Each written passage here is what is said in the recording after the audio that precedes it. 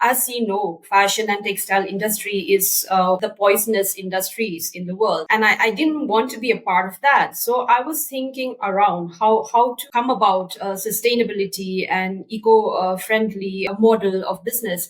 So I thought about this very carefully and I thought about it a lot. And it literally struck me that this is my purpose. That is to work with my people, to connect back to my people, to my roots, to go back to my roots, and to also start this new journey of mine, which at that time I realized it's my life's purpose. So that's how I started Kiniho. I want to start a business that does not benefit me alone, but also benefit my own community people. I still want to continue to build that bridge between me and my community. Reconnect is a dying art form, and we only have 8 skilled artisans left, right? And there's only one village where these artisans are. Our job is to try to come up with some modern way of approach towards the technique, because you can't just be happy with the old way of doing it, right? So we should be willing to come out of that. It was difficult for them too, for the artisans. They were not willing to do our work, what we give them. They were not, because they said that this is not we do, and we have never done this. We don't want to do this kind of work.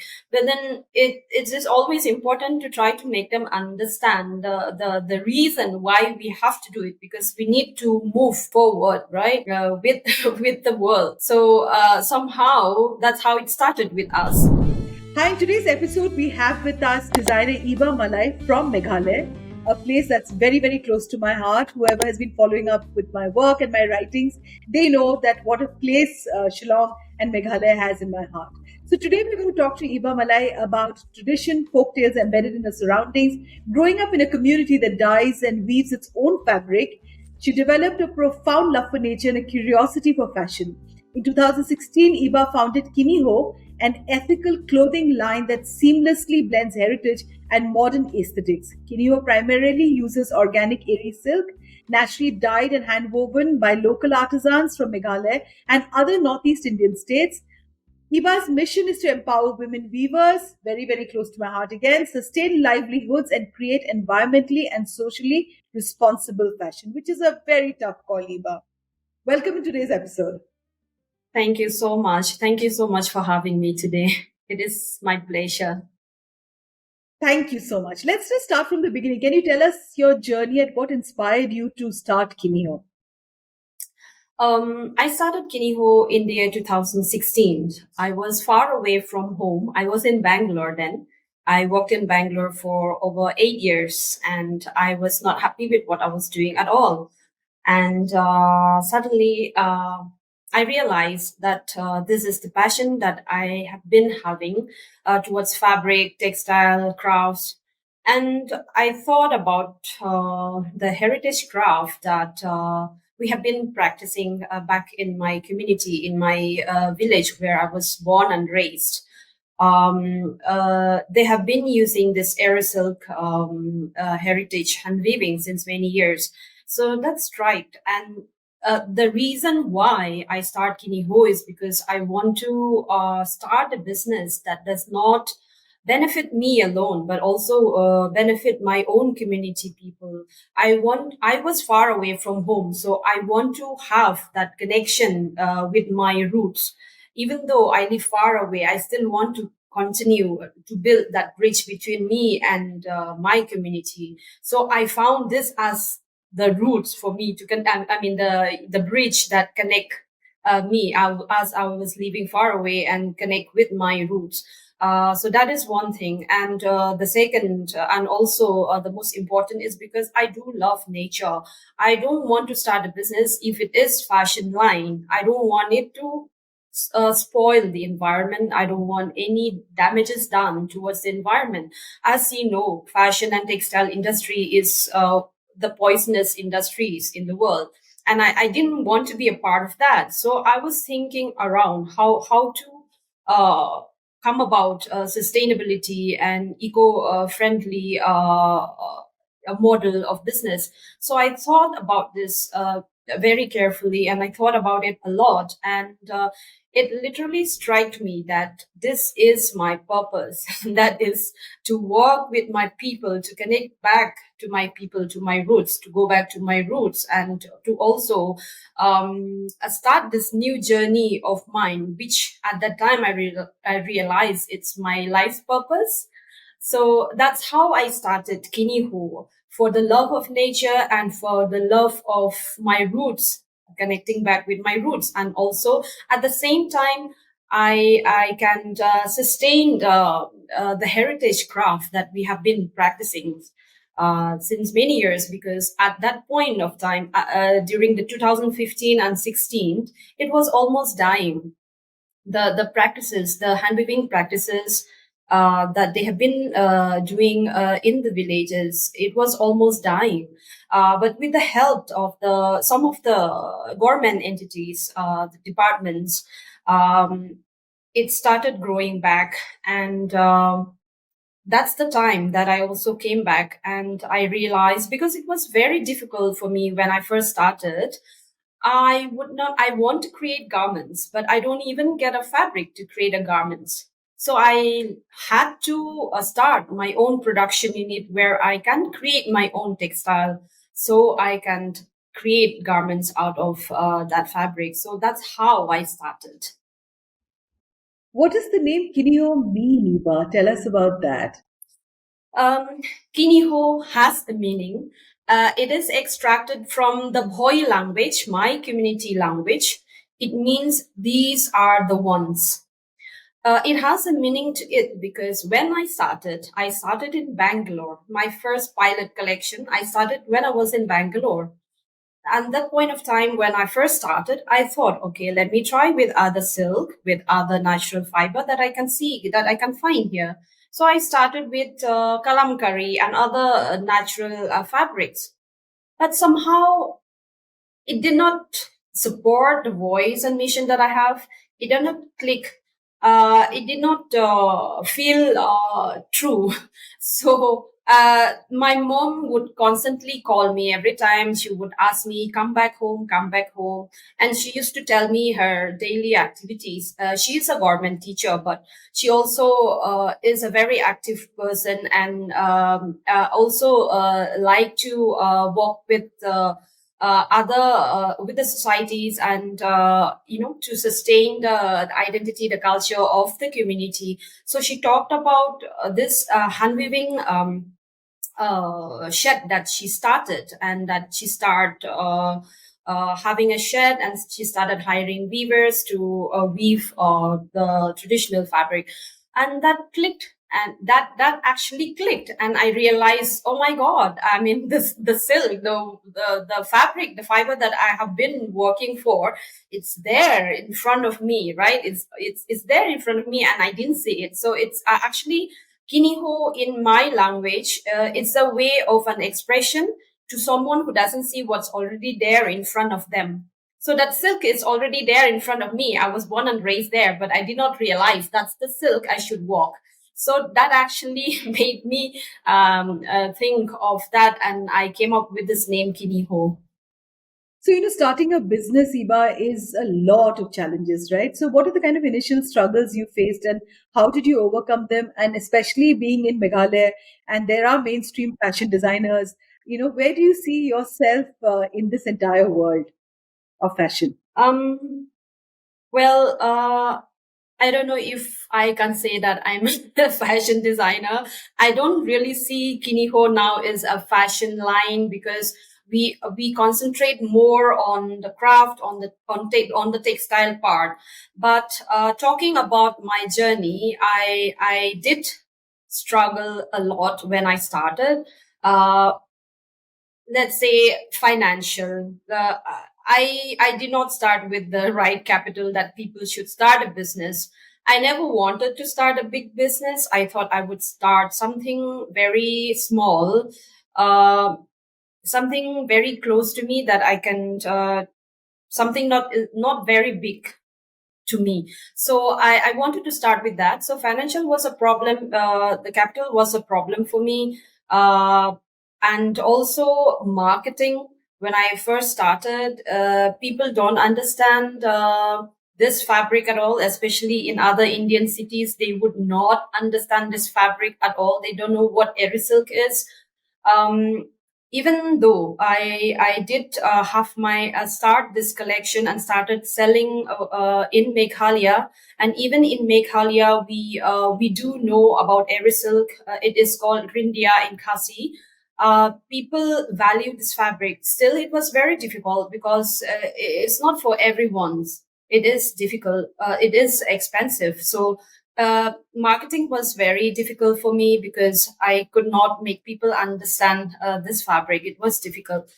And also production of meeting the demands. That is also another problem because when I started, I had only few weavers. So when I started growing up, then I started getting more demands, and then that became a challenge for me also because working with the weaver is not always easy. We need to understand their culture, their way of living, and how they go around working in this heritage weaving. They are not 100% like into it, but they also have other commitments in the society and also in their family. So uh, those are the challenges that I faced. So let's just talk. A lot of perseverance and community support has played a significant role in your journey, right? So can you elaborate on how the community contributed to Kiniho's success? Well, I feel number one is their willingness to support, to give their skills and their techniques to show it to our younger generation weavers, to help and support them throughout the journey. And also their willingness, their openness to collaborate new innovative designs. So their openness to welcome new innovative designs in the in the community. That is also a huge contribution to us as a brand also, because what we are trying to do is not only use the traditional motifs, the traditional designs, but our main purpose is to come up with some innovative designs, and then to make use of their skills and techniques. So that is our purpose, to make use of their skills and techniques, and also to to buy their skills, we like create this innovative designs. So, you know what? It must be very difficult to integrate, contemporary designs with the traditional weaving methods that Kiniho uses, right? So, how did you kind of, get this entire synergy between both? And what are the whole traditional weaving methods that's used? If you could just tell some of our listeners. So, for example, just a very basic example is traditional loom, the traditional floor loom. We use traditional floor loom in Meghalaya, in the Ribhoi district. In the mainland India, they would mainly use the flying shuttle loom, which is a frame loom. But in Meghalaya, like in Nagaland, we use loin loom and we use floor loom, where they sit on the floor to weave. So there are certain techniques how to prepare the warp yarns, how to do your designs in that too. And for most of the times, it is also difficult for us to only depend on the traditional floor loom, because there are certain designs that we cannot do there. But then somehow we have always try to incorporate of the new knowledge and the old knowledge. We always try to combine those and somehow try to complete the design on the floor loom. So that is one thing. And another thing is that as you see, some of our products like Jainsem, the traditional wear of Khasi, we do have our very common motifs is the geometrical motifs on the Jainsem. Now, what we are trying to do is create new motifs based on our inspirations from the nature, from our surroundings. We try to bring those inspirations, those elements on our giant stems. And also techniques such as Kneng embroidery. It's a dying art form of embroidery. It's the only one form, known form of embroidery in Meghalaya, and it's very old and is a dying art form also, right? So Kneng, it is called Kneng embroidery. So Kneng embroidery, they usually the people of Musto usually adorn the border of the stoles, of the EriSilk stoles. That's what it is mainly used for. But what we have been trying to do is use the same techniques, but then it doesn't have to be on the border of the stoles. It can be a single motifs. Like we have done a collection called Sirla Palang, which is about the stag who disobeyed his mother. So we took the elements, the key elements from the folk tale. We created a stag, spear, arrows, hills, trees, right? So we use those motifs and we ask the people of Musto to fill in the motifs with their techniques. Those are the kind of works that we do. Oh my God, I'm just traveling back with you, into Shillong. And yeah, this is amazing because I just think that the arts and crafts and the textiles and the weaving is so, so beautiful in the Yes, Northeast. And it's slowly coming up, now. And of yes, course, I love the Jensum. It's such a yes, no-fuss, traditional costume. So yes. let's talk a little bit about the traditional weaving techniques that's impacted the sustainability of your brand. And what role do they play in preserving the cultural heritage of the Northeast? Um, They do play a very important role. Like I just mentioned about the Kneng, is a dying art form, and we only have 8 skilled artisans left, right? And there's only one village where these artisans are. Our job is to try to come up with some modern way of approach towards the technique, because you can't just be happy with the old way of doing it, right? So we should be willing to come out of that. It was difficult for them too, for the artisans. They were not willing to do our work, what we give them. They were not, because they said that this is not we do, and we have never done this. We don't want to do this kind of work. But then it is always important to try to make them understand the reason why we have to do it, because we need to move forward, right? With with the world. So somehow that's how it started with us. And till now, since 2002, that was till now, we are still like in touch with them, and we always try to encourage them to uh, do more work with their techniques. So yeah, so that is one thing. And what could be the other thing? Our work has helped sustain the heritage culture, because when we started, like I said, it was also a dying practices.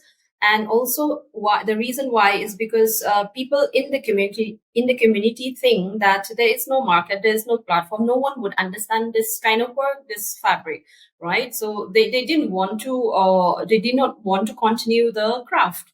When I started, I knew there is a great potential. I just felt it in me that there is a great potential, because that's the time when people talk a lot about sustainability and environmental, the products. So I just felt it that it has great potential to grow. And I did not think much about how it could profit me when I start a business. I just feel that we just have to push forward and see, like, think positive. So that's how I started, actually. And somehow there is a very good response. And that's how we also grow from how we started.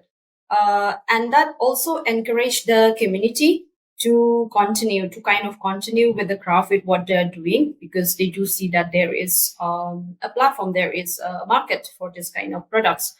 So, Eva, let's just talk about the significance of EriSilk and its role in Kiniho's creations. And of course, your Cocoon collection seems very, very personal and very symbolic for you as a person. So, can you just share more about the inspiration behind this collection and the process, and what does it represent to Iba? So first of all, to talk about EriSilk, and for the audience to know more about what EriSilk is, it is one of the most sustainable silk. It is also called a non-violent silk or ahimsa silk. The reason why it is called a non-violent silk is because we don't kill the silkworms to obtain the fiber. Unlike other silk, they have to boil the silkworms to get the fiber. But in EriSilk, it's the other way around. We don't kill the silkworm. It's like the gift from nature. We get these cocoons, and that's how we obtain the fiber. And it is also home rearing. So it is the people who rear the EriSilk. It's also they do it at home. It's not like in a huge factory. So which means that it is very safe. It is very environmental friendly. And the process throughout to obtain, like I said, and also the process that we dye the yarn. We use natural dye. We never use chemical dye. And also, if you use chemical dye on EriSilk, it has a different texture altogether. But if you use natural dye, it is like it brings out that shine, that softness in it. So that is a bit about EriSilk. And also, a very important thing that the audience should know is that it has this unique thermal properties, and it is cold in summer and it is warm in winter, which means you can wear it throughout the year. Some people mistake it as a cotton, but it is not, because it is softer than cotton and it has a little luster, little shine than cotton, right?